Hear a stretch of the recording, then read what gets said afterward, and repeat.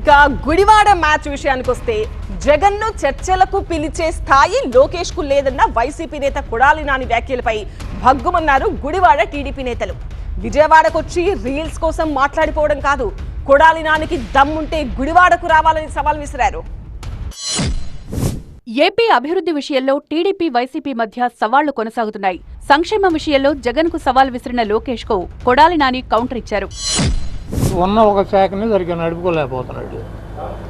దాని మీద చర్చ పెట్టుకోమనండి. జగన్మోహన్ రెడ్డి గారు చర్చకి రావాలంటే ఎవరు రావాలి? చంద్రబాబు రావాలి. ఈయన ఎవరు? లోకేష్ పై కొడాలి నాని వ్యాఖ్యలను తప్పుపట్టారు గుడివాడ ఎమ్మెల్యే వెనిగండ్ల రాము.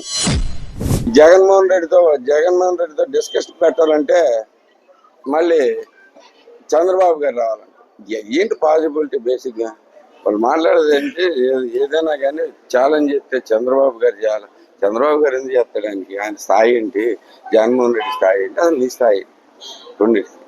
నువ్వే చెప్పావు. మోడీ గారి స్థాయిలో ఉన్న వ్యక్తి వచ్చి బేసిక్గా మీకు ఈ జగన్మోహన్ రెడ్డితో డిస్కషన్ చేయాలి. కొడాలి నానికి దమ్ముంటే గుడివాడ వచ్చి మాట్లాడాలి అన్నారు టీడీపీ ఎమ్మెల్యే.